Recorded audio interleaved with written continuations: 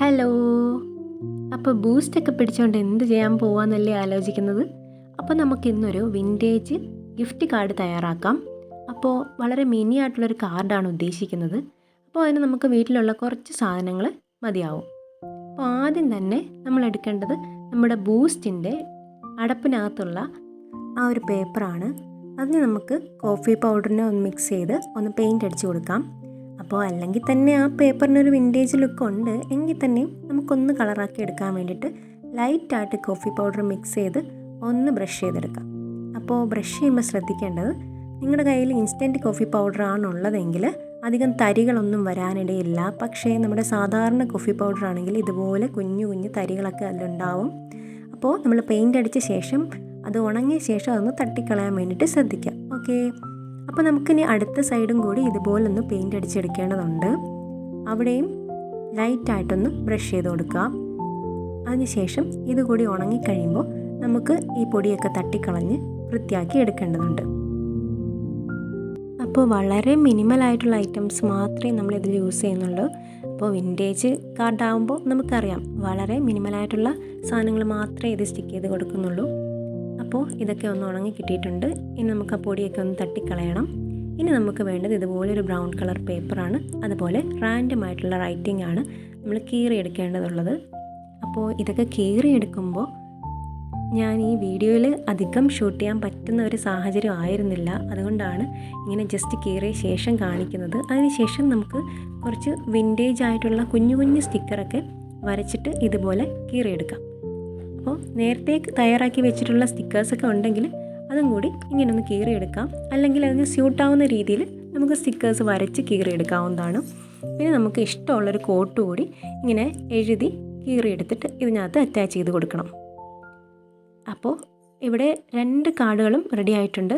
അപ്പം രണ്ടും നമ്മൾ അറ്റാച്ച് ചെയ്ത് കൊടുത്തിട്ടുണ്ട്. ഇനി അടുത്തത് വേണ്ടത് അതിൻ്റെ കവറാണ്. അതിൻ്റെ മെഷർമെൻറ്റ് എന്ന് പറയുന്നത് 6x4 ഇഞ്ചാണ് ഞാനിവിടെ എടുത്തിട്ടുള്ളത്.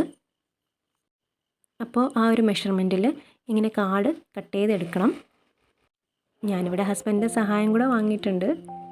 പിന്നെ കവർ ഇതിലും ചെറിയ മെഷർമെൻറ്റിലും ചെയ്യാൻ പറ്റും. നമ്മൾ ചെയ്ത് വന്നപ്പോൾ ഈ ഒരു മെഷർമെൻറ്റിലാണ് എടുത്തത്. പിന്നെ നമ്മൾ വീഡിയോ ഷൂട്ട് ചെയ്യുമ്പോൾ ട്രൈപോഡ് ഇല്ലാത്തതിൻ്റെ ആയിട്ടുള്ള പരിമിതികളൊക്കെ ഉണ്ട് ഇതിൽ. അപ്പോൾ അതൊക്കെ ശരിയാക്കണം. അതിൻ്റേതായിട്ടുള്ള പരിമിതികളുണ്ട്, നിങ്ങളത് ക്ഷമിക്കുമല്ലോ.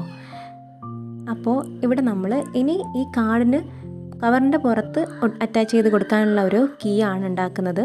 അതും ഇതുപോലെ ബ്രൗൺ പേപ്പറിൻ്റെ കൂടെ വൈറ്റ് പേപ്പറിൽ ഒരു സ്റ്റിക്കർ പോലെ വരച്ചെടുത്തിട്ടുണ്ട്. പിന്നെ കീയുടെ കൂടെ ഒരു കീ ചെയിനായിട്ട് അത് നമുക്ക് ഇഷ്ടമുള്ള തീമിൽ എന്ത് വേണമെങ്കിലും വരച്ചെടുക്കാം. അത് നമുക്ക് കട്ട് ചെയ്യേണ്ട, കൈ വെച്ചൊന്ന് കീറിയെടുത്താൽ മതി ഔട്ട്ലൈൻ വരച്ചിട്ട്. ശേഷം അതൊന്ന് പഞ്ച് ചെയ്തെടുക്കുന്നു. ഇനി നമുക്കൊരു നൂല് വെച്ച് അതിനെ ഒന്ന് കോർത്തെടുക്കണം. കെട്ടി വെച്ചിട്ട് നമുക്കതിൽ അറ്റാച്ച് ചെയ്ത് കൊടുക്കാനാണ്. പിന്നെ ഒരു ഡബിൾ സൈഡ് ടേപ്പ് എടുക്കുക. അതിൽ നിന്ന് 2 പീസസ് കട്ട് ചെയ്തെടുത്ത് ഇതുപോലെ കാർഡിൽ മുകളിലും താഴെയായിട്ട് അറ്റാച്ച് ചെയ്ത് കൊടുക്കാം.